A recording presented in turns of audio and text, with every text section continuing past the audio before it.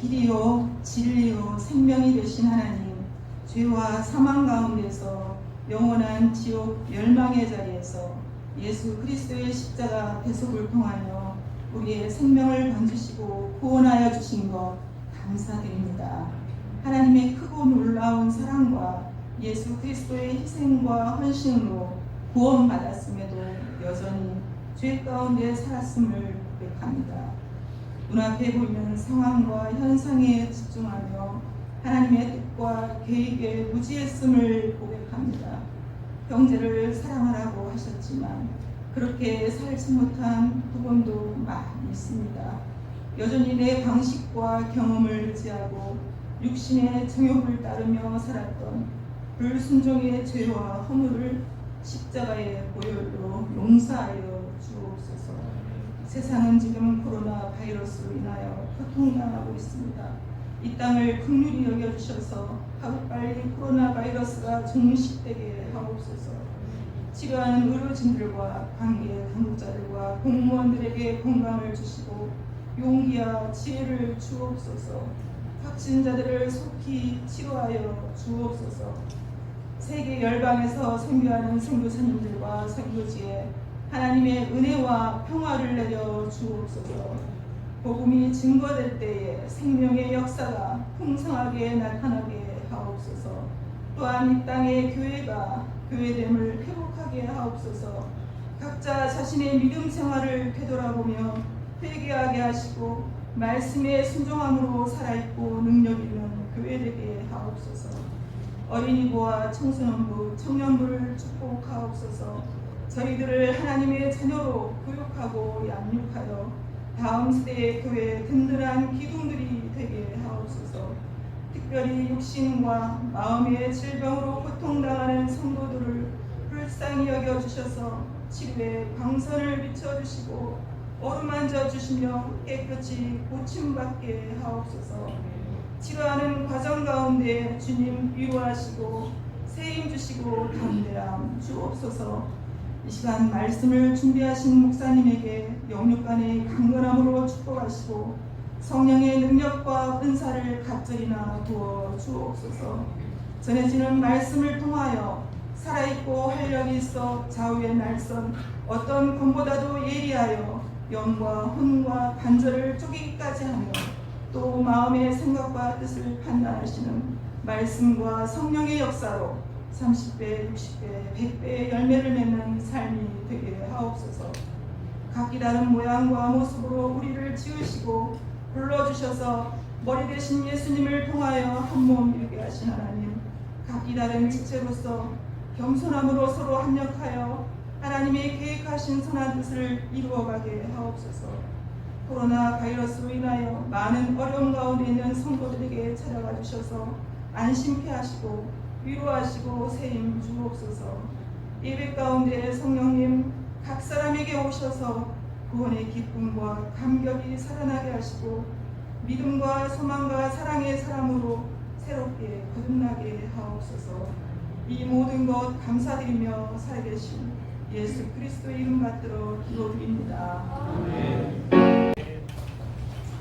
말씀을 한 절, 두 절을 읽고 나서 말씀을 좀 나누도록 하겠습니다.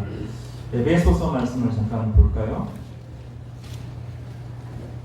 에베소서 1장 20절에서부터 23절까지를 한 목소리를 좀 먼저 읽겠습니다. 에베소서 1장 20절에서 23절까지 말씀입니다. 먼저 같이 읽겠습니다.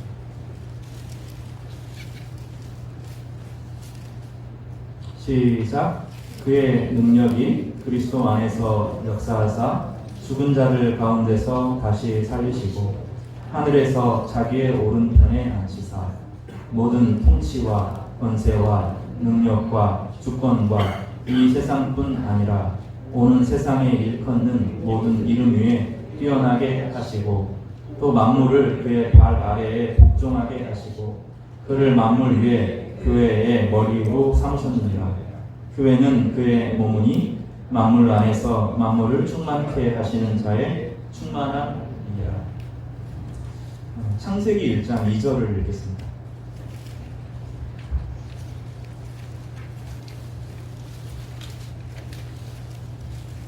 같이 같이요. 시작. 땅이 혼돈하고 공허하며 흑암이 깊은 위에 있고 하나님의 영은 수면 위에 운행하십니다. 미국의 흑인 청년이 경찰관에 의해서 살해를 당할 때 내가 숨을 쉴 수가 없다. 그 말이 마지막 말이었습니다. 우리는 예전에 세월호 사건을 겪을 때 사람들이 그 사건 이후로 트라우마에 빠져서 똑같은 숨을 쉬는데도 무언가 우리를 목조이는 것 같은 고통을 경험하기도 했습니다. 호흡이라고 하는 것은 인생에서 없어서는 안 되는 3분만 멈춰도 우리의 생명을 잃어버리게 하는 가장 중요한 것이죠. 호흡만큼, 산소만큼 그것을 받아들이는 우리 비관만큼 사실은 중요한 것이 없습니다. 제가 예전에 이제 전경 생활을 한 적이 있는데 그때 신참 때죠. 신참 때인데 전체 그 대나무하고 스폰지로 된 옷을 입습니다. 입고 기초적인 훈련을 시키면서 방독면을 쓰고 운동장을 달리게 하는 그런 시간이 있어요. 한 4바퀴, 5바퀴 뛰면 다 떨어집니다.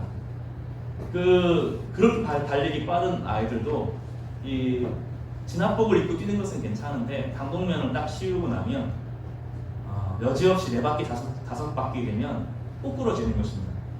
숨을 쉬어야, 방독면을 벗고 숨을 쉬어야 우리가 살아나게 돼요.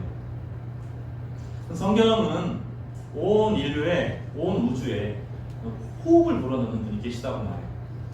창세기 1장 2절에 뭐라고 말하냐면 모든 생명체에, 모든 우주 만물에 생명을 불어넣는 분은 이 하나님의 영, 하나님의 호흡이라고 불러요. 영이라고 하는 단어하고 호흡이라고 하는 단어는 성경에서 늘 같이 쓰는 단어입니다. 영과 호흡은 늘 같습니다. 우리가 교회에만 매이는 이유는 신앙생활을 할 때 신앙생활이 세상에 아무 의미가 없다고 생각을 하는 이유는 세상은 세상의 방식대로 움직이고 교회는 교회의 방식대로 움직인다고 생각을 하는 거예요. 오늘 그 에베소서에서는 뭐라고 말하냐면 예수님이 돌아가셨는데, 실제로 죽으셨는데 하나님의 호흡이 임했다는 거예요. 하나님의 성령이 임했는데 그 성령으로 살아났다는 거예요. 마치 사람이 죽었을 때 인공호흡을 통해서 살아나는 것처럼 죽은 예수님, 시체 안에 놓여있는 예수님에게 성령이 임했는데 하나님의 호흡이 임했다는 거예요. 하나님의 호흡이 돌아오니까 예수님이 살아나셨고 교회의 만물의 교회의 주인으로만 등극하신 것이 아니라 만물과 교회의 머리가 되셨다라고 이야기를 합니다. 이 세상이 답답하고 공의와 정의가 없을 때 사람들은 숨이 막히고 괴롭게 되고 우리의 삶도 호흡이 무너지면 삶이 무너지게 되는데 그 호흡을 불어넣어 주시는 분이 성령님이시고 나중에 더 나아가서 우리 하나님 아버지와 예수께서 온 창조의 능력이신 창조의 호흡이신 성령을 불어넣어 주신다고 약속하고 계시는 것입니다. 누가복음 마지막 장, 마태복음 마지막 장, 사도행전 첫 장에 뭐라고 말씀하냐면 너희에게 성령이 임하면, 다시 말하면 하나님의 호흡이 임하면 권능을 받고 온 유대와 사마리아와 예루살렘과 유대와 사마리아와 땅끝까지 복음을 증거하는데 그것이 그럴 수 있는 힘을 주신다는 거예요. 억지로 하라는 것이 아니고 힘과 능력을 부어주신다는 거예요. 오늘 이 힘과 능력을 부음받은 한 사람의 삶이 어떻게 바뀌었는지를 우리가 살펴보려고 합니다. 근데 우리에게도 중요한 것은 동일한 성령이 예수님을 죽은 가운데서 살려내셨던 바로 그 성령이 온 지구와 온 우주상에 생명을 불어넣으셨던 그 성령이 교회 안에 예배 가운데 임할 뿐만 아니라 예수 그리스도를 찾는 모든 자들에게 임할 뿐만 아니라 성도의 삶의 일상의 삶 가운데 교회에만 임하는 것이 아니라 일상의 삶 가운데 생명력을 불어넣어 주신다는 거예요. 운동하지 않고 집에 피곤한 사람들이 특징이 뭐냐면 피곤해서 운동하지 못한다고 그러잖아요. 그렇죠? 사실은 아니죠. 운동해야 피곤을 이기죠. 우리가 하나님의 호흡을 주고받고 성령이 내 안에 임하려고 하면 기도의 자리로 나아가서 하나님의 호흡을 주시면 그 호흡으로 살아가야 되는데 숨을 안 쉬는 거예요. 여러 번 말씀드리지만 많은 성도들이 장영을 하고 살아요. 자유형을 하고 배영을 하면서 호흡을 마시고 계속 가야 되는데 다른 사람의 호흡이 아무리 좋아도 내 호흡은 아니거든요. 내가 숨을 쉬어야 되고 내가 밥을 먹어야 살아가는데 하나님과 호흡하지 않으면서 하나님과 동행하지 않으면서 늘 피곤하고 지쳐있다고 말하는 거예요. 주님은 그런 분이 아니라 우리에게 호흡을 돌려주시는 분이세요. 영적인 호흡을 돌려주셔서 우리로 하여금 하나님을 호흡하고 살아가게 하고 하나님을 느끼게 하고 하나님의 힘과 권능을 발휘하고 살아갈 수 있는 바로 그런 분이십니다. 오늘 말씀을 통해서 하나님의 호흡이 돌아오기를 바랍니다. 여러분의 영에, 여러분의 삶의 중심에 하나님의 능력이 임하기를 바랍니다. 하나님과 머물러 있을 때, 세상을 살아갈 때 이 넘치는 생명력을 하나님께서 주실 거예요. 기도를 통해서 문제가 해결되어 계시기도 하지만 주님은 많은 경우에 우리에게 생명력이 넘치게 하셔서 어려운 것을 뛰어넘을 수 있도록 감당할 수 있는 강력한 힘과 권능을 주신다고 약속하고 계시는 것입니다. 이 약속 안에서 오늘 말씀을 듣고 우리 모두가 큰 숨 쉬고 다시 일어나는 은혜가 있기를 주님의 이름으로 축복합니다. 오늘 사도 바울의 이야기를 듣습니다. 사도 바울이 교리의 이야기를 들었다면 오늘 사도 바울이 그 하나님의 은혜의 복음, 하나님과 내가 화해되고 하나님의 역사가 자신 안에 흘러 들어왔을 때 자신의 삶이 어땠는지를 논리가 아니라 삶으로 보여주는 이 메시지를 들어보려고 해요. 사도 바울에게 일어난 일은 우리에게도 임할 수 있어요. 사도 바울에게 나타난 일은 우리에게도 임할 수 있는데 그 은혜가 무엇인지를 살펴보려고 합니다. 오늘 갈라디아서 1장 15절에 보면 사도 바울이 이렇게 말합니다. 내 어머니의 태로부터 나를 택정하시고 그의 은혜로 나를 부르시니까 나중에 택함과 의리에 대해서는 다시 한번 기회를 좀 삼겠습니다. 주님께서 자기를 그의 아들을 이방에 전하기 위하여 그를 내 속에 나타내시기를 기뻐하셨을 때 내가 혈육과 의논하지 않았다. 그리고 심지어 영적 권위를 가지고 있는 먼저 사도된 자들을 만나려고 하지도 않았다. 이렇게 말씀하고 있습니다. 바울은 아직까지는 다른 사람을 의식해서 살았다는 거예요. 우리 앞에 보는 유대교의 특징을 지난주에 살펴보았는데 경쟁과 비교의식, 이게 아주 중요한 그들의 동기의 부여입니다. 삶을 살아가는데 이 유대교 안에, 집단주의 안에 들어와 있는 사람은 늘 다른 사람을 의식합니다. 다른 사람을 사랑으로 배려하는 것과 다른 사람의 눈치를 보는 것은 달라요. 다른 사람을 사랑으로 배려하는 것은 책임을 지는 것이라고 하면 눈치를 보고 인정받으려고 하는 욕구에 대해서 사도 바울은 점점 심하게 비판하는데 이것은 종의 신앙이고 노예의 신앙입니다. 이렇게 표현하고 있습니다.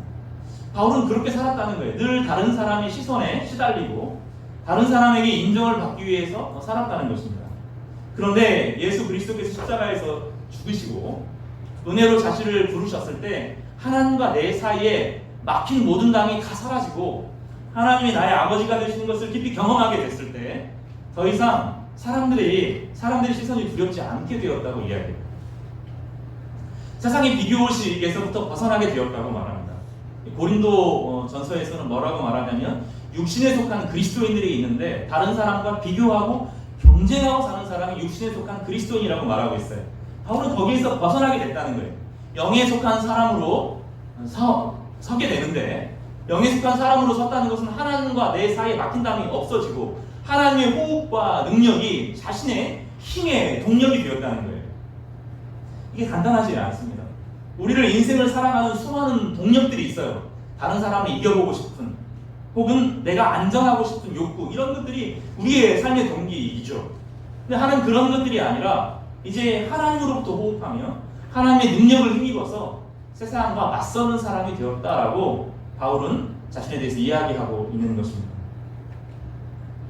그는 더 이상 사람들의 눈치를 보지 않았어요. 그리고 자기에게 너는 이방인을 위해서, 타인을 위해서, 유대인들이 아닌 낯선 사람들을 위해서 내가 너를 택했다 하는 것을 확신하게 되었을 때 그는 사람들 만나지 않고 아라비아로 내려갔다고 이야기하고 있습니다. 지난주에도 말씀드렸던 것처럼 이 아라비아는 여러 설들이 있어요. 그러나 오늘 본문에서 이제 갈라디아에서 말하는 아라비아는 광야를 말합니다. 한 3년 정도 시간이 됩니다. 3년 정도 시간이 되면서 말씀을 묵상하고 기도에 깊이 스며들면서 아직까지 있었던 자기를 주눅들게 했던 비교의식, 율법주의, 재앙의 신앙, 저주의 신앙, 혹시 벌 받을까봐 벌벌 떠는 이런 신앙에서 딱 벗어나서 하나님을 아버지라고 부르며 하나님의 능력을 공급받아서 하나님으로 새로워지는 인생의 새로운 삶의 체계를 그가 딱 얻게 되었던 것입니다.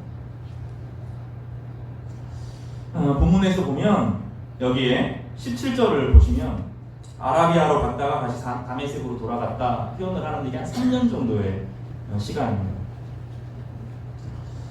그는 홀로 선 것입니다. 다른 사람의 눈치, 비교의식, 다른 사람의 평가가 아니라 하나님 앞에서 자신을 살피게 된 거예요.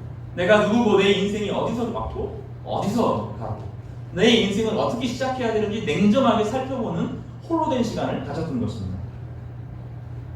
그러고 보면 성경에서는 이 홀로됨에 대해서 참 많이 강조합니다. 함께 살아라 이야기하기 전에 하나님은 사람들 한 사람 한 사람이 스스로 서는 과정, 외롭지만 홀로 서는 과정을 대단하게 중요하게 가르치고 계셔요. 처음부터 인간은 부모님, 엄마의 탯줄로 이렇게 연결되어 있는데 탯줄에서부터 연결된 것을 딱 끊고 자기가 먹기 시작해야 됩니다. 홀로됨을 겪어야 해요. 창세기 2장 24절에서는 이렇게 말합니다. 이러므로 남자가 부모를 떠나 그의 아내와 합하여 둘이 한 몸을 이룰지니라. 홀로 서는 과정을 겪고 나서야 새로운 한 몸이 됩니다. 부모로부터 완전히 독립해야 경제적으로 정서적으로 완전히 독립해서 한 사람의 인격으로 서야 그리고 나서야 다른 가정을 책임질 수 있는 한 남편이 됩니다. 한 아내가 됩니다. 부모님은 자녀를 떠나보내야 됩니다.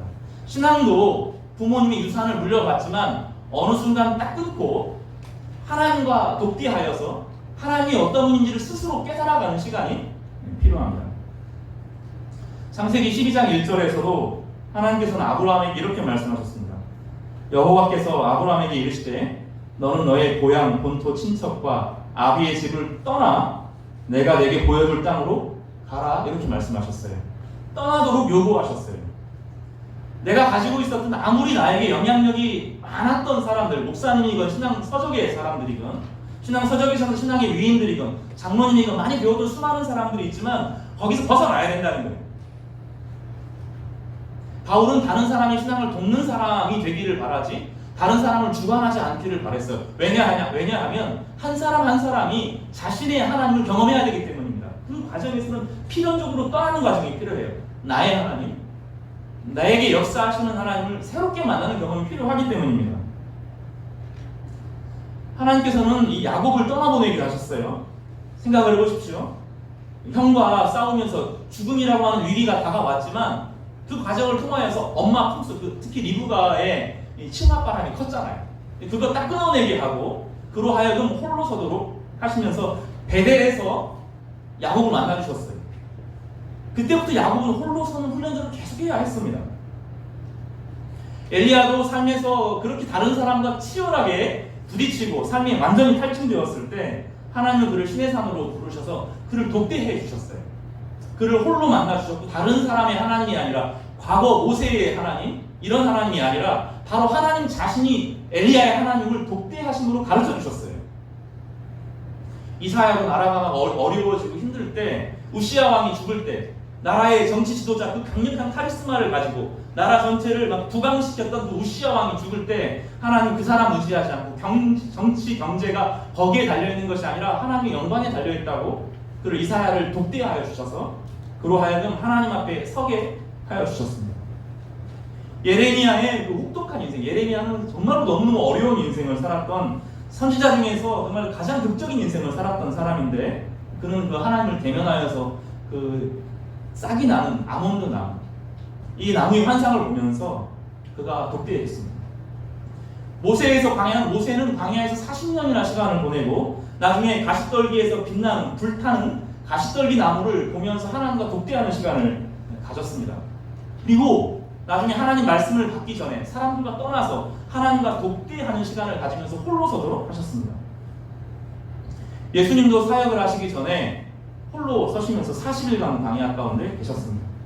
사무엘도 홀로 기도하는 가운데, 홀로 성전에서 자는 가운데 하나님께서 그를 대면하여서 홀로 서도록 만나 주셨어요.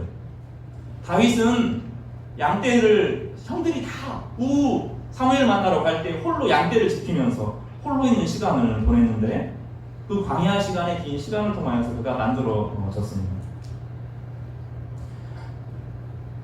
이 사도 바울에게 있어서도 이 홀로 서는 시간은 대단히 중요했습니다. 우리 인생에서 하나님께서 우리를 홀로 서도록 부르십니다. 이것이 꼭 어느 기도할 때 나타나는 것만이 아니라 우리를 고립시키세요. 우리를 어떤 사람과 어떤 누구도 내 부모도 의지하지 못하게 하고 형제도 의지하지 못하게 하고 인정에서 벗어나게 합니다. 심지어 신앙생활도 중보기도가 중요하고 중보를 통해서 다른 사람이 우리의 힘을 복돋워주고 사탄의 시험을 이기기도 하지만 결국은 자기가 자신이 호흡을 살아야 되는 거예요. 내 남편이 배부르게 밥 먹는다고 마음으로는 내 아이가 밥을 잘 먹는 거 보면서 내가 그 먹는 것만 봐도 배부르다 말하지만 안 먹으면 엄마도 배고프고요, 아내도 배고프고 남편도 배고파요. 내가 숨을 안 쉬고 있는데 남편이 숨 쉰다고 나에게 호흡이 돌아오지 않아요. 숨 안 쉬고 살면서 지쳤다고 말하면 안 되는 거예요. 내가 서야 돼요. 내가 하나님 앞에 독대하는 시간을 가져야 돼요. 어떤 사람은 하나님이 병을 주셔서 병 가운데 홀로 서기도 해요. 어떤 사람은 사업이 실패하는 가운데 홀로 서는 시간을 갖기도 해요. 어떤 사람은 인간관계 그토록 사랑했던 그 사람과 관계가 틀어지면서 자신만의 인생을 살기도 합니다. 근데 그 홀로 서는 시간 가운데 많은 사람들이 홀로 서지 못하고 중독에 빠지고 인격적이지 않은 다른 것에 깊이 매이기도 합니다. TV에 깊이 빠지고 운동에 깊이 빠지고 다른 인간관계에 중독에 빠져서 이 사람 저 사람 자기를 알아주는 사람을 찾아서 인생을 망치기도 합니다. 하나님은 우리를 홀로 서도록 기회를 주시는데 그때 우리는 홀로 서야 됩니다. 홀로 되는 것이 중요한 것이 아니라 홀로 서야 돼요. 혼자 되는 것과 서는 것 사이에 간격이 있고 그 기간이 필요합니다. 심지어 이 사도 바울도 어릴 때부터 성경을 그토록 알았던 사도 바울도 3년의 외로운 시간이 필요했던 것입니다. 바울은 디모데후서 3장 15절에서 어떻게 우리가 홀로 서는지를 가르쳐줘요. 디모데후서 3장 15절을 좀 찾아보시겠어요?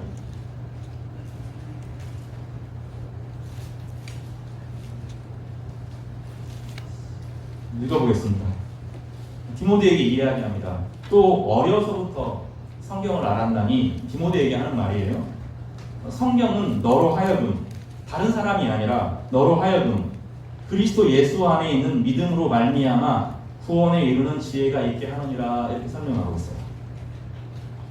여기서 디모데는 신약 성경을 읽어본 적이 없어요. 디모데는 마태, 마가, 누가, 요한복음을 읽어보기 전 세대예요.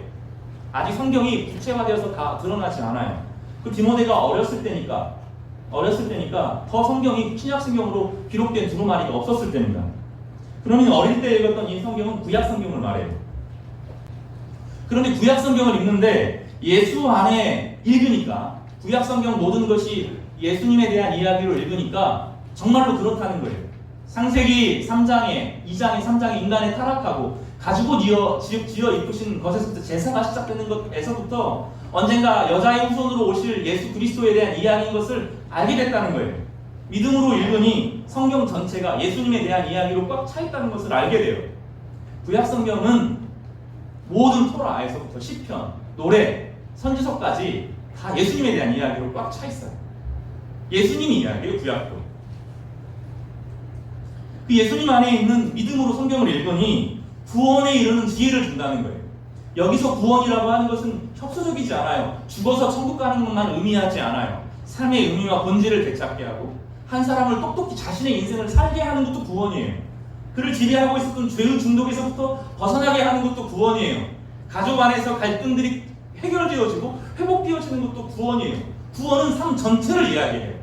구원은 막연하게 죄 용서받고 천국에 가는 것만이 아니에요.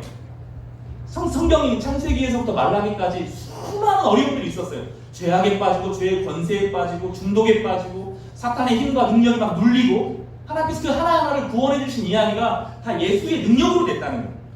구약에 있는 사람들도 예수의 능력으로 구원을 얻었다고요. 디모데이 그렇게 요청하는 거예요. 성경을 믿음으로 예수를 발견하니 너를 구원에 이르게 하는 지혜를 준다는 거예요. 그래서 이 홀로 된다고 하는 것은 내가 혼자 있다는 게 아니라 하나님과 교제한다는 거, 혼자 하나님과 교제하는 능력을 가진다는 거예요. 여러분 다시 이야기하지만 어릴 때부터 참 많이 들었죠. 아내의 믿음으로 남편이 구원받지 못해요. 아내의 역할이 있다면 남편의 자신의 믿음을 살아야 되는 거예요. 중보로 버티고 어려울 때 성도들의 기도를 통하여서 어려움을 이겨낼 수 있지만 각자가 하나님을 만나야 돼요. 그 누구도 다른 하나님 만날 수 없어요. 자신만의 하나님, 성경에 있는 하나님이 나를 만나주시는 그것이 우리에게 힘이 되는 것이에요. 다른 사람 그만 의지하세요. 성령님께서 우리를 붙들어주시고 우리가 서로에게 힘이 되어주기도 하지만 각자는 각자의 인생을 살아야 돼요. 자신의 인생의 고귀함은 자신만 살 수 있는 거예요. 홀로서기라고 하는 것은 대단히 중요한 거예요. 목사님 의지해서 못 살아요. 사모님 의지해서 못 살아요. 장모님 의지해서 못 살아요. 아내, 남편이 다 해주는 게 아니에요. 결국은 자기가 써야 돼요. 여러분 요즘에 상담의 시대잖아요. 상담한 시대에 하는 수많은 상담가들, 훌륭한 상담가들이 정말로 많아요. 근데 상담가들이 실패할 때가 언제냐면, 그리고 상담은 나쁜 게 아니라 우리를 정말로 도와주고 삶의 여러 가지 것들을 해결해주는 힘이 되거든요. 근데 언제 실패하냐면 이 어려움이 있는 사람이 상담가에게 의존하기 시작할 때 실패해요. 그러면 그 상담은 망한 거예요. 상담은 처음에는 들어주고 그를 격려해주지만 상담의 마지막의 단계에 가면 홀로 세워요. 그래서 처음부터 상담가가 의존하지 않도록 되게 도와요. 목회자와 성도와의 관계에도 의존하기 시작하면, 그리고 목사가 한 번 그것을 주장하기 시작하면 딱 사로잡혀요. 그 사람에게 의존해요. 이러면 망하는 거예요, 성도들. 믿음으로 성령 안에서 스스로 세워지도록 목사는 가르쳐야 되고, 각자가 기도의 사람으로, 말씀의 사람으로 빚어져 갈 수 있도록 돕는 것이 제 역할이지, 저를 의지하세요 말하면 결국은 망하게 되는 거예요. 바울은 이거 대단히 중요하게 생각하면서 성도 한 사람 한 사람을 기도의 사람으로, 말씀의 사람으로 굳게 자신의 인생을 살 수 있도록 돕는 것이 자신의 삶이라고 이야기하고 있어요. 제가 되게 심각하게 이야기하는데 여러분 그럴 수 있어요. 지금 내 주변에 있는 사람, 그 사람 없으면 죽을 것 같은데 아니에요. 여러분 하나님이 여러분을 만나주세요. 하나님이 여러분 한 사람 한 사람을 상대해주세요. 그 사람 없어도, 그 돈 없어도, 그 권력 없어도 하나님이 여러분을 세워주세요. 의존하지 마세요. 도움이 필요할 때가 있지만 친밀감은 내가 그 사람에게 다 주고 그 사람에게 소유되는 관계는 아니에요. 그런 관계는 부부관계끼리만 가능해요. 서로를 같이 협력하면서 부부관계도 동역자의 관계로 돌아갈 때 같이 유기적으로 살아가게 되는 것입니다. 그리스도 성경은 능히 너로 하여금 그리스도 예수 안에 있는 믿음으로 말미암아 구원에 이르는 지혜가 있게 하느니라. 다시 말해요. 죽어서 천국 가는 것만 구원이라고 말하지 않아요. 삶의 모든 영역에서 하나님의 능력을 가지고 성령을 따라서 자신의 아름다운 삶을 세워가는 것이 구원의 핵심이에요. 그리고 죽음까지도 해결된다는 거예요. 그 구원 중에 하나도 죽음을 뛰어넘는 그것이지, 구원이라고 천국 가는 게 다가 아니라고요. 일상의 삶 가운데 하나님의 구원을 경험하게 될 거예요. 성도 여러분, 성경이 여러분을 홀로 세우는지 믿으시기 바랍니다. 성경 안에서 성령이 역사합니다. 그래서 여러분 한 사람 한 사람 믿음의 사람으로 굳게 세우실 것입니다. 그런 은혜가 여러분의 있기를 바랍니다. C.S. 루이스라는 사람이 있어요. 어릴 때 예전에도 한번 말씀을 드렸는데 성공회, 그러니까 영국에 있는 개신교에서 자랐어요. 엄마가 이제 암에 걸렸어요. 어린 신령에 기도를 간절히 했습니다. 근데 하나님께서 어머니를 치료하지 않고 데려가셨어요. 그 이후로 그는 믿지 않게 됐어요. 진리는 없고, 진리는 혹은 있어도 알 수 없고, 알아도 전달하지 못한다라고 하는 불가지론에 빠져서 인생을 완전히 헤매고 살았습니다. 인생을 붙들 수 있는 기초가 없이 살았어요. 똑똑해지면 똑똑해질수록 더 어려웠습니다. 그런데 주변의 사람들, 좋은 친구들을 통하여서 성경을 읽게 되었습니다. 성경의 전문가가 문학적인 책으로 성경, 하나님 말씀으로 읽는 것이 아니라 문학으로 성경을 읽기 시작했어요. 그 안에서 진리는 있고 진리에 하나님이 계시고 그 하나님께서 지금도 역사한다는 것을 깨닫고 스스로 그리스도를 영접합니다. 목회자 아니었습니다. 그는 성경에 능한 사람이 되었고, 오늘도 아이들이 그 영화 일부 보았는데, 그 판타지 세계, 판타지 소설의 큰 장르 개척자가 되었고, 2차 대전 때 그 영국의 폭격을 받고 그런 시절에 어린 아이들의 꿈이 되고 소망이 되는 멋진 소설들을 써서 복음을 증거하는 일을 감당했습니다. C.S. 루이스에게 영향을 준 톨킨이라는 사람도 그 독일이 1차 대전, 2차 대전 때 절대 악으로 사람들을 막 힘들게 할 때 성경을 깊이 연구한 문학학자로서 하나님 말씀에 능통하면서 각각의 삶을 세워나가는 일들을 했습니다. 고흐, 너무 큰 사람들 이야기지만 가장 위대한 작품들을 써요. 작품들을 만들어냅니다. 빛이 어떻게 움직이는지를 그는 보았어요. 목사가 되기를 바랬지만 너무 신령이 예민하다고 거절당하면서 목사가 되지 못했습니다. 그런 성경에 능한 사람이었어요. 고흐에게 깊이 영향을 끼쳤던 밀레의 만족, 밀레, 이 사람은 성경에 능한 사람이었어요. 윤동주 시인, 우리가 잘 아는 것처럼 성경에 능한 사람이었어요. 어릴 때 성경을 깊이 아는 사람이었어요. 성경 안에서 양심의 흔들림을 느꼈고, 큰 위대한 사람이 되는 것이 아니라 성령이 주시는 양심의 흔들림을 표현하는 사람, 그렇게 시를 썼어요. 그가 일찍 인체 실험으로 죽었지만 우리나라 사람들이 일본 사람들을 변화시킬 수 없는데 윤동주의 시를 읽으면 사람들이 변해 울어요. 일본 사람들이 막 울고 통곡하면서 상이 바뀌어요. 왜냐하면 성경에 능한 양심의 움직임을 그가 기록했기 때문에. 여러분, 의료보험 장기려 박사님, 의료보험 우리나라에 최초로 도입한 분이죠. 독실한 그리스도인이었어요. 휴전선이 갈라지면서, 그 38선이 갈라지면서 아내와 헤어지게 됩니다. 부산에 내려가서 그 사람들과 함께 말씀을 가르치는 일들을 하고 아이들 사람들을 가르치면서 의료보험이라고 하는 것을 최초로 우리 가운데 도입하고 지금 우리가 혜택을 보아요. 성경에 능통한 사람이었어요. 넬슨 만델라 27년간 남아프리카 공화국에서 흑백 갈등의 문제로 흑인이었는데 탄압을 받고 27년간 독방에 갇혀 살았어요. 진짜 혹독하게 살았어요. 투투 성공의 투투라고 하는 성공의 주교를 통해서 성경을 배우기 시작했고 성경에 능한 사람이 되었어요. 나중에 그가 정권을 잡을 때 이 자기를 그동안 학대했던 그 모든 사람, 백인이건 흑인이건 딱 용서의 법을 누구나 자신의 죄를 고백하면 조건을 묻지 않고 용서해주는 어마어마한 평화의 시대를 가져, 지금 경제적으로 어렵긴 하지만 평화의 기제를 가져온 사람이었어요. 성경에 능한 사람이었어요. 미국의 마틴 루터 킹, 지금 미국 사람들 앞에 최초로 흑인 인권이 회복되는 것은 마틴 루터 킹 주니어 이분 통해서 그러는데 성경에 능한 목사님이었어요. 이 중에서 제가 말한 사람 중에 목회자가 딱 한 사람밖에 없어요. 윌리엄 윌버포스, 아주 기독교계에서 유명한 거성인데 흑인의 영국에서 무예 노역을, 흑인 노예 노역을 종식시킨 사람이에요. 성경에 능한 사람이었어요. 제가 지금 한 사람 빼놓고는 다 일반 성도들을 말하는 거예요. 성도들을 말하는 거예요. 성도들. 목사니까 성경 봐야 된다. 목사니까 성경 보고 성경 가르쳐야 된다. 아니라고요. 우리의 인생이 힘들고 지친 이유는 몸이 없기 때문에 하나님의 호흡하는 법들을 누리지 못하기 때문에 그래요. 우리만큼, 이 시대만큼 설교가 퍼부어지지만 이 시대만큼 성경을 중요하게 생각하지 않는 시대가 없어요. 다윗도 목회자가 아니었어요. 다윗도 왕이었지 목사 아니었다고요.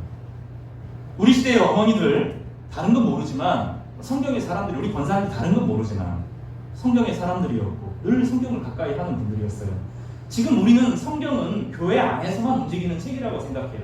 성경 안에서 성경을 깊이 연구한, 그냥 읽는 정도가 아니라 성경의 전문가가 되시기 바랍니다.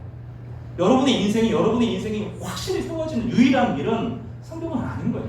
성경 안에서 성령을 경험하고 그 안에 예수 그리스도를 경험할 때 인생이 세워지는 것이지, 내가 막 독립적이고 주체적이고 돈 많고 막 훈련을 받는다고 세워지는 게 아니에요. 성경은 우리로 하여금 구원에 이르는 지혜를 주시는 분이십니다. 성령을 통해서 그 일들을 감당하게 하시는 것이에요. 히브리서 4장 12절은 이렇게 말합니다. 하나님의 말씀은 살아있고 활력이 있어서 좌우의 날선 어떤 검보다도 예리하여 혼과 영과 및 관절과 골수를 쪼개기까지 하며 또 마음의 생각과 뜻을 판단한다. 내가 아무리 옳다고 생각하는 것들도 성경을 읽어서 하나님 말씀이 내 안에 들어오기 시작하면 내가 얼마나 이기적이고 얼마나 상처덩어리고 내 안에 어떤 경향성이 있고 나의 분노를 일으키는 것이 사실은 내 마음 깊은 곳에 도사리고 있었던 악의 근원이라는 것을 깨닫게 돼요. 그래서 성경을 통해서 우리의 난도질 당하면서 우리가 살아나게 되는 거예요. 성도 여러분, 스스로 서시기 바랍니다. 2020년 내가 내 믿음을 스스로 세우겠다 결심하시기를 바라요. 성령께서 도와주실 것입니다. 예수 안에서 성령으로 여러분이 세워지면, 성경이 사람이 되면 그만큼 강해질 거예요. 내 안에 예수 그리스도가 커지면 커질수록, 그분이 내 인생에서 중요해지면 중요해질수록 오뚜기처럼 일어나게 돼요. 오뚜기가 그 자체에 힘이 있는 것이 아니라 그 안에 축을 갖고 살아가는 건데, 우리 안에 주님이 커지지 않기 때문에, 우리 안에 예수 그리스도가 너무 초라하기 때문에, 우리 안에 예수 그리스도가 너무 작기 때문에, 그분이 중요하지 않고 그분이 얼마나 중요한지 모르기 때문에 우리 인생이 약해지고 무기력해지고 힘든 거예요. 버겁게 느껴지는 거예요. 왜 인생이 그렇게 버거울까요? 스스로 세우지 않았기 때문이에요. 그러나 바울은 이 3년의 수단 가운데 이 아라비아라는 단어가 히브리어로 말하면 광야라는 뜻이에요. 광야하고 마른 땅이라는 뜻이에요. 홀로 나가서 하나님 말씀과 동행했던 거예요. 하나님 말씀을 연구했던 거예요. 예수 그리스도를 만난 경험으로 멈추지 않고, 예수 그리스도께서 그를 이방인의 사도로 불렀다는 확신을 가졌지만 사람들 만나지 않고, 다른 사람을 막 인정받으려고 하자 내가 예수 만났다고 설치고 돌아다니지 않고, 하나님 말씀을 내 안에 갈무리해서 구약의 그 풍성한 하나님의 은혜가 나에게 어떻게 역사하는지를 깨닫게 돼요. 그것을 가지고 성경으로 승부하는 사람이에요. 이 바울은 유대인과 이방인과 만날 때 성경으로 승부하는 사람이에요. 성경을 가르치고 성경을 전하고 성경을 설명하고 성경 안에서 성령의 역사를 경험한 탁월한 가르침의 사람이 되었던 것입니다. 성도 여러분, 말씀이 없으면 안 되는 거예요. 교회 신앙생활이 문제가 아니라 성도들은 삶의 영역에서 온 세상을 창조하신 그 말씀, 일용할 양식이 내게 주어지지 않으면 무기력하고 지쳐. 그러면서 밥 먹지 않고 다른 사람이 떠먹여주기를 바라고 주일에 한번 겨우 예배드리면서 성경 탁 털어놓고, 요즘에는 성경도 안 가지고 다니잖아요. 성경이 어디 있는지도 몰라요. 주일날 되면 성경을 찾는다고 바빠. 그게 아니라고요. 오늘 나에게 역사하시는 하나님의 말씀을 그분이 삼으시게 돼요. 바울은 디모데에게 이야기하면서 기도가 얼마나 중요한지를 잘 가르칩니다. 디모데전서 2장 1절에 보면, 그러므로 내가 첫째로 권하노니, 정말로 중요하게 권한다 라고 말하면서 모든 사람을 위하여 간구하라. 간구는 탐원한다는 뜻이에요. 요즘에 탐원이라는 게 뭔지 알죠? 기도해라. 기도는 우리가 잘 아는 기도입니다. 도보해라. 이것은 중보와 중재를 말합니다. 그리고 감사를 하라. 이렇게 설명을 하고 있습니다. 그리고 고린도 성도들에게 뭐라고 말하냐면, 육에 속한 그리스도인들이 있는데 이들은 세상적인 가치관에 매여 살아가고 기도 없이도 산다는 거예요. 성도가 기도 없이도 아무렇지도 않아요. 내가 일주일간 하나님과 동행하고 기도하지 않고 내가 하나님의 은혜를 나누지도 않으면서 아무렇지도 않아요. 그거는 성도가 아니에요. 그거는 성도가 아니에요. 기도하지 않고도 내 인생에 아무 일도 일어나지 않고, 기도하지 않아도 하나도 안 지쳐요. 나를 즐겁게 하고 기쁘게 하는 것들이 너무나 많아. 드라마 보면 좋아요. 그걸로 힘이 돼. 축구 보면 힘이 돼. 근데 기도 없이도 괜찮아요. 그러면 성도가 아닐 가능성이 되게 높아요. 아니면 성령이 그 안에서 완전히 실종되어서 살아가지 않는 거예요. 성도들이 기도하지 않으면 호흡이 막 막히는 거예요. 숨이 막히는 게 정상적인 거예요. 지극히 정상적인 거예요. 그래서 기도하라고 요청하고 있어요. 그 기도하지 않은 고린도 성도들이 잘못된 방향으로 움직이면서 서로 싸운다는 거예요. 알력으로. 누가 더 유능하냐, 누가 더 하나님이 사랑하는 사람이냐 싸웠다는 거예요. 아니라고 말하는 것입니다. 세상적인 육에 속한 그리스도인들을 말하면서 기도 없이 살거나 혹은 세상적인 가치관에 매인 사람들을 가리켜서 바울은 그리스도인이 아니거나 혹은 육에 속한 그리스도인이라고 설명하고 있어요. 하나님의 말씀, 하나님 아버지를 아버지로 누리고 그분이 주시는 생명으로 살아가기보다는 다른 것이 내 안에 힘이 너무 커. 너무 큰 거예요.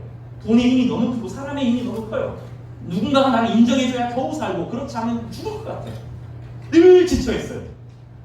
피곤해서 지치는 게 아니에요. 운동해본 사람들은 다 알아요. 피곤하니까 운동하지 않는 게 아니라 운동하지 않아서 피곤해요. 기도하지 않으니 피곤한 거예요. 기도하지 않으니 삶이 버거운 거예요. 영적 우울증은 기도 없이 사는 삶을 말해요.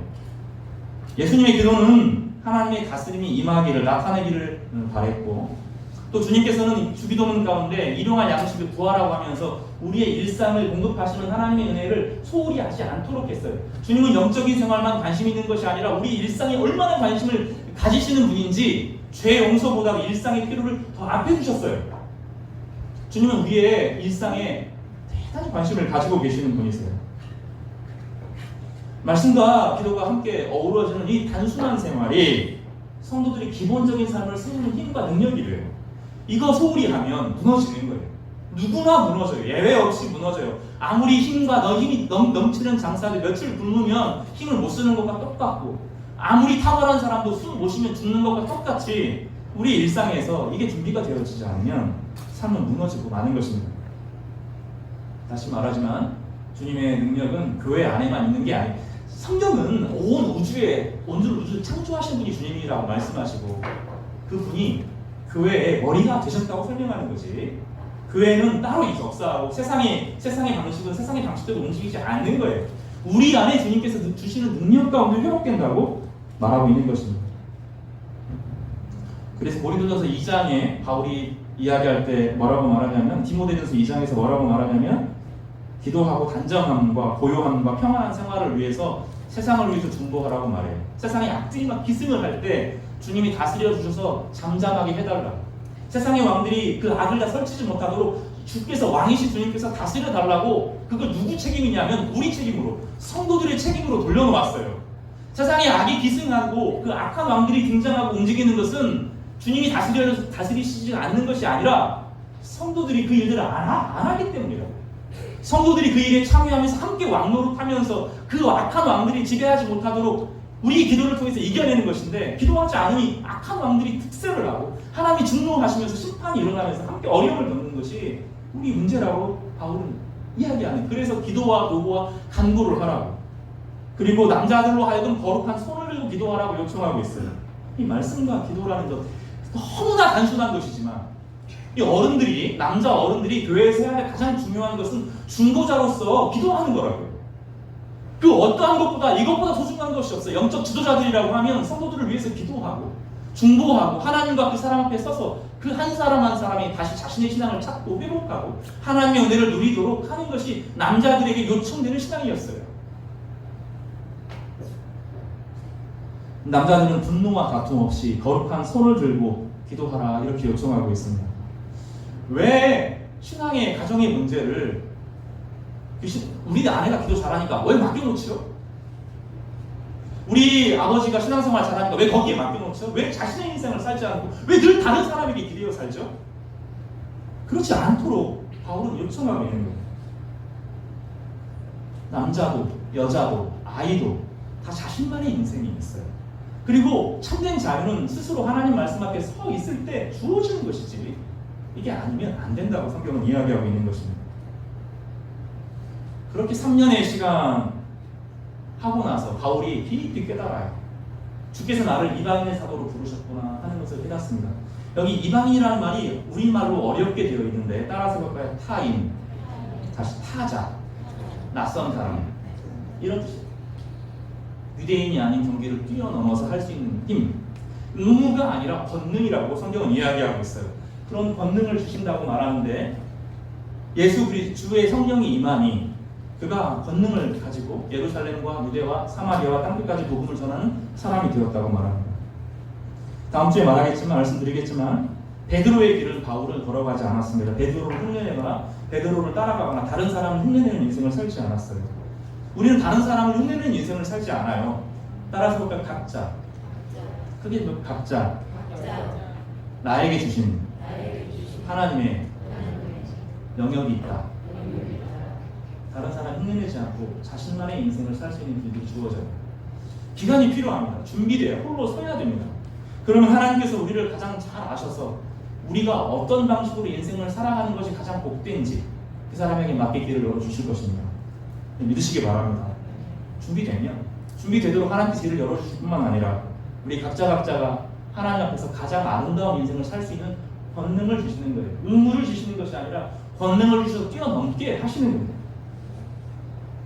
이방인은 타인이고 남입니다. 나와는 상관없는 사람들을 사랑하는 것은 대단히 어렵습니다. 그러나 성경이 여러 곳에 나와 있는 것처럼 아브라함은 소돔과 고모라를 위해서 기도했고, 마태복음 25장에서는 나의 의가 아니라 다른 사람이 나를 어떻게 평가하는 것이 하나님의 심판의 기준이 된다고 말하고 있습니다. 지금도 타인들이 많아요. 우리가 주변에 살펴보면 외국인 노동자들도 있고 버려진 많은 사람들이 있습니다. 이 땅에 안전한 삶을 살아야 되는데 안전하지 않은 삶을 살아갑니다. 그런 사람들을 향하여 마음을 열고 다가갈 수 있는 권능을 성경은 주신다고 바울은 말하고 있는 것입니다. 많은 사람들이 주님께서는 예루살렘과 유대와 사마리아와 땅끝까지 가라고 말씀했는데, 예루살렘은 아무래도 성전 중심적인 신앙생활을 말하고, 유대라고 하는 것은 자기 민족과 이 한계를 뛰어넘지 못하는 것을 말합니다. 사마리아는 이스라엘의 원수, 불편한 곳이었는데, 불편한 곳은 싫어하는 거죠. 악하고 저 사람은 나쁜 놈들 이렇게 하면서 딱 선을 긋는 거예요.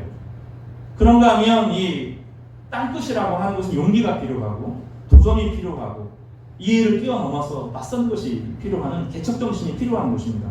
그러나 주님은 이것을 단계가 아니라 성령, 이거 타이라고 하는 헬라어로 연결되어 있어서 성령이 임하면 예루살렘에서도 유대에서도 사마리아에서도 땅끝에서도 동시에 복음을 증거할 수 있는 삶을, 권능을 주시는 은혜를 주신다고 말씀하는 거죠. 바울에게 있어서 선교의 사명이 주어졌고 이방인들에게 복음을 전하는 사명이 주어졌다면, 이 기본적인 방향 안에서 하나님께서 여러분 한 사람 한 사람에게 가장 아름다운 인생을 주시겠다고 약속하시는 거예요. 동시다발적으로 이루어집니다. 예루살렘이 끝나야 유대로 넘어가는 것이 아니라 예루살렘도 유대도 사마리아도 땅끝까지도 품고 살아갈 수 있는 사람이 되는 거예요. 우리의 신앙은 많은 경우에 예루살렘에 매여 있어요. 교회 한번 오는 것도 버거워요. 겨우 예배 드려주는 것 같이 드려요. 그게 아니라는 거예요. 주님의 성령이 우리 한 사람 한 사람에게 임하면서 우리 각자 인생이 세워질 때 주님은 우리를 너무너무 잘 아시기 때문에 가장 복되게 홀로 서서, 그러나 다른 사람을 사랑하고 섬기는 위대한 사랑의 사람으로 바꾸어 주실 것입니다.